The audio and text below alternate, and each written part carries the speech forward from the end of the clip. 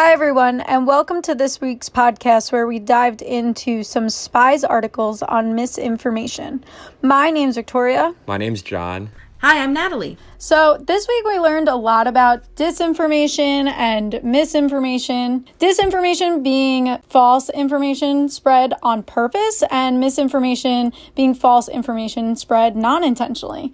I think we see this a lot in today's society and with technology being so huge. And social media, I think, is the biggest way that this is spread. What do you guys think? Yeah, Victoria, I definitely agree with you. Over the course of the past 5 years on social media, we definitely have seen the term fake news come up all the time regarding sports, politics, and anything else in pop culture. So just that term alone, I think, really has an association with misinformation and disinformation. Natalie, what did you think of misinformation and disinformation? I also have seen misinformation and disinformation everywhere. I mean, we can even talk about how politicians promoted disinformation about the legitimacy of the election. Right. I'm not super political, but I know it does come up in politics a lot. Even scrolling through Twitter now, you could see certain tweets get flagged for potentially being misinformation. So I think it's interesting how social media is tending to quote tweets that could potentially lead to misinformation or spreading false information. Yeah, I think it's really interesting that the way that it's used, obviously we see it, I think, a lot in politics, but it almost makes you question people's judgments. You know, are they purposely spreading it? Are they not purposely spreading it? And they're doing it for their own vendetta, which sometimes benefits them and sometimes it does not end up benefiting them, which I think is really interesting to see. And just to play a little devil's advocate here, obviously social media should promote the truth, but on the contrary, people could say free speech. People have their free will to say what they want on the internet, whether it's true or whether it's not true. So I feel like that's really the counter argument to misinformation and disinformation. People can say what they want. I mean, this is the United States of Americans. Right, and I would say, like, with misinformation and disinformation, misinformation, even though it's accidental, it tends to cause harm. And whereas disinformation is actually trying to target specific populations and mobilize their allies. So when we're talking about opinion versus freedom of speech, is it okay to cause people harm and promote harmful acts towards others, even if it's accidental or purposeful? Yeah, it almost goes back to like elementary school where you're learning, you know, words are going to obviously hurt other people no matter what you say. But is what you're going to say the truth, or is what you're going to say false just to get yourself ahead? So are you going to think about yourself or are you going to think about others? Right. And I also wanted to kind of touch base on what an opinion is. I think we need to actually not think of truth is always an opinion, or truth and false is always an opinion. An opinion, say, is for flat earthers, an opinion is not that the earth is flat. That's not an opinion, that's just misinformation and in some cases disinformation.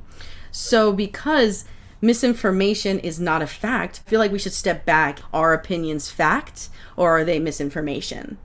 So Natalie, I feel like that definitely ties in to an ideological echo chamber as well as a filter bubble. So an ideological echo chamber, first of all, an ideology is a belief, a shared belief that a certain group of people have in life, typically referring to politics.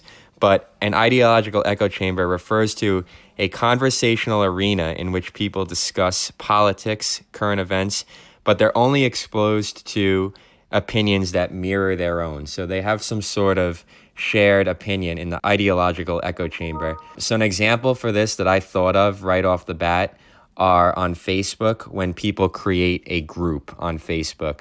So usually the group is like, I'm just making this up, like Long Island Republicans or Long Island Democrats, and shared people of that same group are expressing their political views and their beliefs on current topics. And a problem with this, in my opinion, is that people in these groups are only exposed to opinions that mirror their own. And I've noticed that even on television and in life, people will watch people on the news who have similar beliefs to their own, and they're not being exposed to counter arguments. So I'm just wondering what the two of you, what your experiences with echo chambers have been.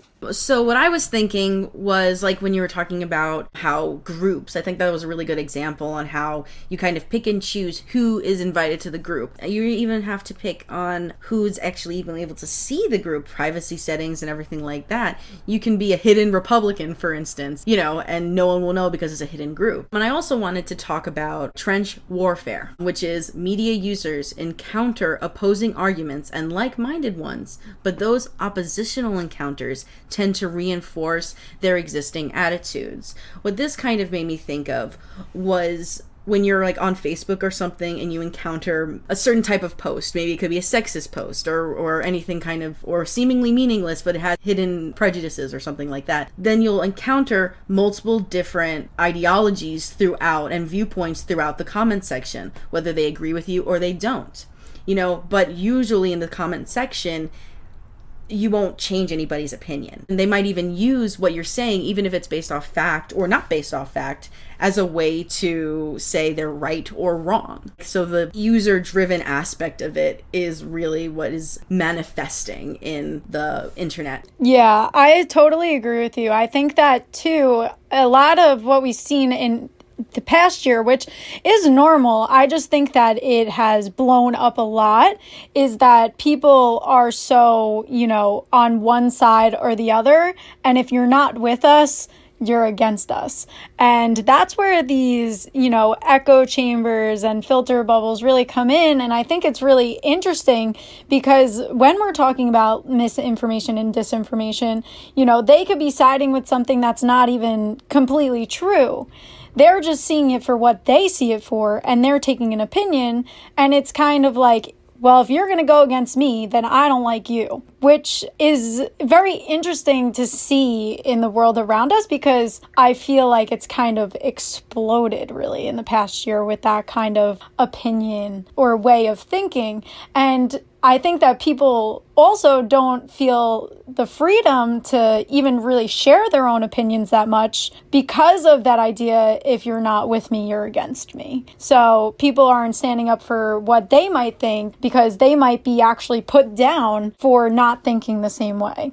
I just want to comment on something really quickly that Natalie said, referring to the user-driven environment on social media. That was really a great point because when users go on Facebook, they choose the pages they like. They choose the groups they belong to. Nobody's choosing that for them. Just like when you sit on the couch at night, you're going to choose the political commentary you decide to watch. So I feel like at home, you pick the news commentators you'd like to listen to. Same thing on social media. You're going to pick the groups and pages that you're going to like. Yeah, and I think that a good social media, so obviously we do this on Facebook, we do it on every social media, but one that's been super prevalent in this past year is TikTok. And I thought that TikTok was so interesting because it's kind of user-driven and it is system-driven as well.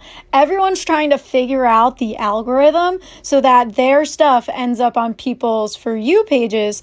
But at the same time, when you like things and you actually have the option to press down on the screen and say, I'm not interested in this video. So you're kind of making your own For You page, but at the same time, people that have these prevalent profiles on TikTok are constantly trying to figure out, okay, what's the algorithm that's getting my videos onto the For You page so that they can make money off of it. So I think it's kind of even a little bit of a controversial application that you see both happening, where I'm not sure that's happening on a lot of the other social medias like Facebook. Well, we can talk about Instagram and we can talk about YouTube and stuff like that. Those are kind of also, how do you promote yourself? What will make me stand out from the crowd? What will amplify my voice? You know what I mean?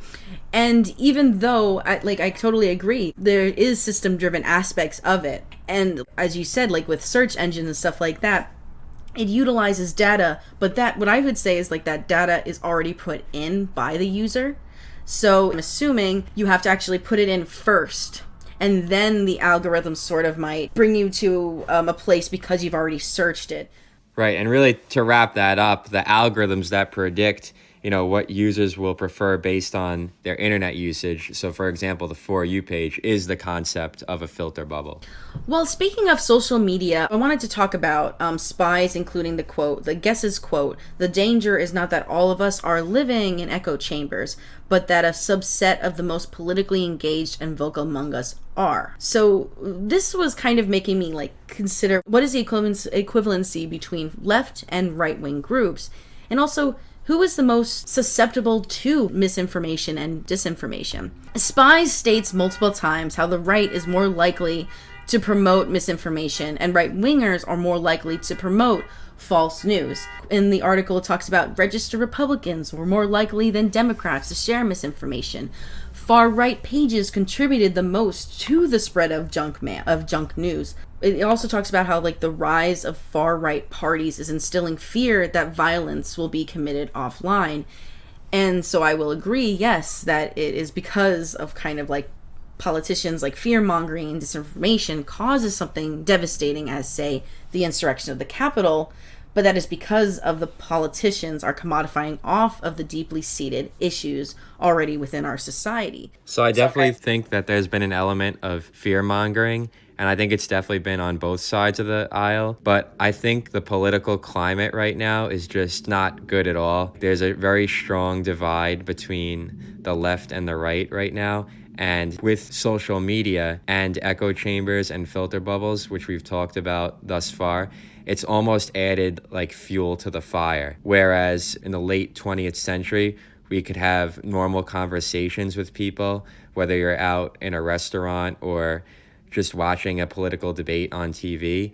But today, with that added element of social media, it has allowed so many people to converse about the topic. And I think this has really added fuel to the fire in terms of the political climate right now. Yeah, and I think to address your question, Natalie, about who's more vulnerable to misinformation or disinformation, I'm pretty sure that they mentioned that older people or the older generation is more vulnerable. And I think that's interesting because I thought the complete opposite before reading it. I feel like what they're saying by more vulnerable is that older people just don't know how to use the technology. So when it comes to social media, they might see something and believe it because they don't know their ways about social media. But I actually think that the younger generation is a little bit more vulnerable because I think that they're so fast to jump on some of the things that they see. And while they're great detectives, I think that everyone in the younger generation, including the three of us, we've become such great detectives on the internet. But I think our first instinct is to kind of jump to believe exactly what we see is the truth, when meanwhile, it could be a complete lie. I think that's an interesting point because especially in elementary school now, we talked about earlier in the semester in our class is one of the standards, I think, for elementary education is to teach kids what they should believe and how to fact check information they receive on the internet. So I think that's an interesting point you bring up, Victoria, because that is something that is an elementary standard as far as digital media skills in the 21st century. Just to jump off of what John said about the younger kids, I think the younger kids, what's interesting is that they're below that line of 18. I think 18 to 25 is where you're finally starting to become, a little bit of adult. Whereas when you're younger than 18, you kind of believe what you see. It's almost bringing it back. John, you're in elementary school. I teach high schoolers and they are so fast to jump to whatever they hear. It's like the rumor that's spread throughout school. And as far as we've been discussing politics and social media, I think this leads into a nice transition into what's going on right now in the world with COVID-19 and the information that's being put out about COVID-19 on the internet. So I came across a very interesting source on Twitter. It was an article from The Hill titled "Twitter Labeled Post with Vaccine Misinformation." And Twitter found that they had to identify 8,400 tweets that came from approximately 11.5 million users who either retweeted the tweet or engaged with the tweet about information related to the upcoming COVID-19 vaccines. So currently there's 3 vaccines. There's a Pfizer vaccine, a Moderna vaccine, and a Johnson & Johnson one-shot vaccine. So the issue that Twitter is having is that many people are going on to Twitter and saying that they are either not comfortable with the vaccines or spreading information that these vaccines are not safe at the moment.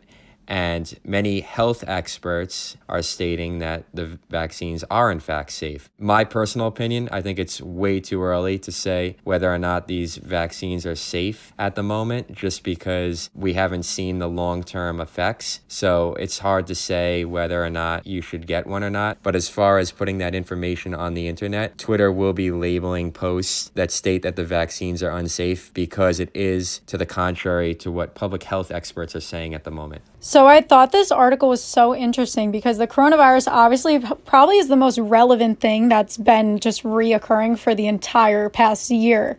And the thing with the coronavirus is I think there's been, in general, misinformation or disinformation spread about the virus and now the vaccines that they've come out. Even I was susceptible to it when it first came to be a thing. I found myself, Googling, is this going to happen if I get the coronavirus? And not enough information at the time when it was starting to really happen was out there to really say exactly how you were going to get it, what you were going to get. And still to this day, I think that we know the general signs of it, but we don't always know. Like John said, I don't think there's enough information.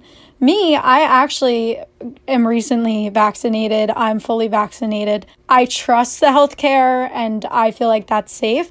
I think that it's interesting though that Twitter is taking away tweets that are saying that it's unsafe because there have been news stories out there about side effects that people have had. For me personally, I think that the side effects that I got weren't as bad as maybe some other people are getting. I think that overall what Twitter is doing is it's taking away the panic from the public. But what we were saying at the beginning, that takes away almost freedom of speech. So what's the right way to go about it? I guess when we're going back to sort of like what is opinion and what is truth, and how can you trust what an opinion is and how can you trust what truth is. If public professionals are saying this is safe and this is public professionals, doctors and everything like that, I would most likely be that is safe. And this kind of goes back into what I remember reading in the article, which is that if we take away that trust in doctors, if we take that away, that trust, and look at doctors, the public health system, and if we take that trust away, then we're left with not trusting healthcare. We're left with not trusting professionals. That distrust is spread through social media. So should we trust the vaccination or should we not trust the vaccination? For instance, there might be something like the vaccination causes Bell's palsy, for instance, after you do the vaccination. And I was like, oh my gosh, what the heck is Bell's palsy? And so when I actually found this out and I looked it up, it was like a small percentage was caused by the vaccine, but then that same percentage was caused in people who got the flu vaccination. And that kind of goes back to user-driven. Do you trust the vaccination from what is being exposed to you through system-driven? Or is it going to be user-driven? You don't care what you're exposed to. And you're like, okay, this is cool, but actually I don't trust this because of my own other things, because of this other information. I completely agree with you. And I think the Bell's palsy thing was a really good example because that was the one, I think, big worry in the public. And I think it just amplified everything. I'm a math teacher. I know John is also a math teacher. I approach everything very statistically and I look at the odds. I'm like, what are the odds that that's going to happen to me when I take the vaccine? For me, I think about it rationally and I say, hey, it's probably 1 in a million trillion. And like you said, Natalie, it's happened to people that got the flu. So it doesn't really make me worried. But for someone that's not looking at it from that perspective, the automatic thought is, oh my goodness, that's going to happen to me. So it's a panic that ensues. And when you get panic from one person and it goes from the next person to the next person to the next person, then you have public panic between a majority of people. And that just just never going to work out nicely. Right. Like, this COVID vaccine causes Bell's palsy, like as big headlines, whatever it was. As a person, I was reading that. I was terrified, and I am very pro-science. And I was terrified, but I was like, let me step back and let me see flu vaccinations. Let me compare them. But it wasn't easy for me to find this information. I had to do research. I had to look it up and like try to figure it out. What's this? What's that sort of kind of aspect. But not everybody's willing to do that. That's, I think, the problem with social media is we can post anything, but we don't need to cite our sources. So people who are disingenuous could be promoting disinformation and therefore amplifying issues that don't need to be amplified. Right. Definitely some good points made. I guess to find the true results of the vaccination, we'll have to look, like Victoria said, at statistics to come from it and probably in the next 3 to 5 years. But anyhow, I did really enjoy doing this podcast with the two of you today. Thank you so much, guys. This was great. Thank you for sure. making some fantastic points. Thank you all for tuning into our show, Spies Shows Lies, Misinformation, and Citizen Control. Have a great day and stay safe.